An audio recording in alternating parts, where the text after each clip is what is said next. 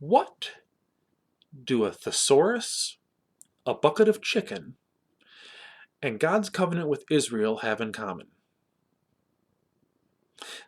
All three of these represent major new chapters that happened late in life for individuals. Now, you might not know the story of uh, the thesaurus that might be sitting on your shelf.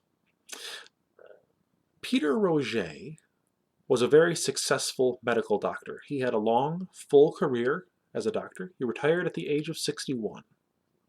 A few years later, drawing from a lifelong obsession with words and word meanings and playing word games, he started a new project to compile a collection of synonyms. And he worked, and he kept working, and at the age of 73, Peter Roget published the first edition of Roget's Thesaurus. And many, many editions and many, many copiers have come since. But it was a new chapter in his life. When you hear bucket of chicken, there's probably one guy you think of, Colonel Sanders. Harlan Sanders tried many careers with not much success. And it wasn't until he was 62 that he opened his first Kentucky Fried Chicken restaurant in Utah. And a few years later, that closed down, and he started opening chains of them. Late in life, Colonel Sanders and his famous chicken. And that leads us to the guy we really want to talk about. We are in our series on seniors in the Bible, and Abraham really, really counts as a good example of faithful senior in the Bible. And just like Peter Roget and Harlan Sanders, he didn't get his start until very late. He was probably around 75 when God called. Genesis chapter 12, one of the amazing statements that we have in the Bible where God said, I'm going to bless you, and what you need to do is go. He didn't say where, and didn't say what he was going to do. He told this 75-year-old man, go, and I will bless you. And he did. A lot of biblical authors talk about he believed, and that was credited to him as righteousness. But we can just say he went. He listened. And God had plans for him.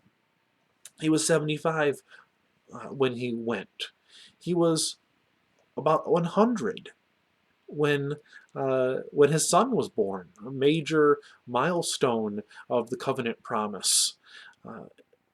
We don't know much about what Abraham did when he was younger. We don't know if he had success in what he was doing before. We don't know what all he was leaving behind.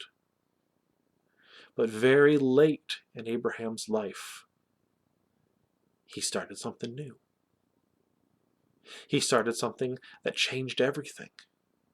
He started something that led down the road to everyone having the opportunity to be blessed by God. I don't know what types of conversations Abraham and Sarah had along the way. I don't know how hesitant they might have been.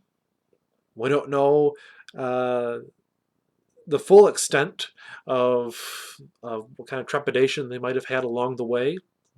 We know there was some questioning at times, but we see the faith. And we see God taking someone late in his life and not pitying him, and not just using him as someone who is old and wise and can teach someone else. He said, you're useful, and I've got something new for you. Let's go. Too often, our seniors get treated like they're on the way out. They are valuable now, and who knows what kind of plans God has for our seniors. Colonel Sanders was in his 60s. Roger was in his 70s. Abraham, even older when he really got going. Uh, there is no age where we have to stop. There is no age where we can't be a blessing to our families, to our community, to the world. Now, I don't suspect we're going to start throwing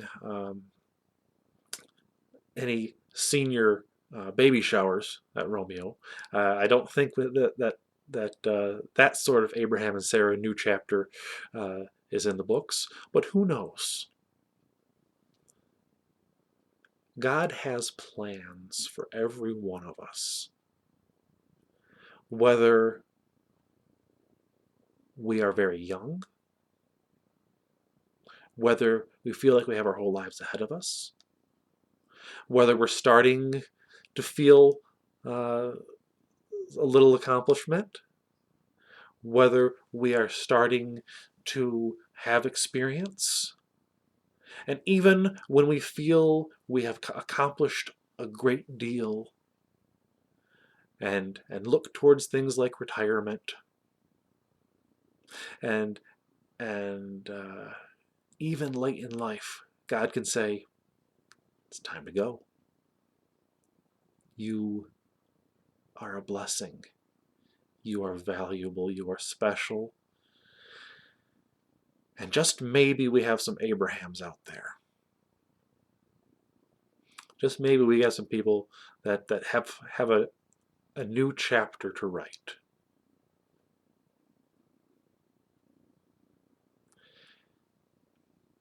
We're going to keep going looking at these different examples who are in the Bible of the seniors, and I hope that you have enjoyed hearing of some of these profiles as much as I have in preparing them.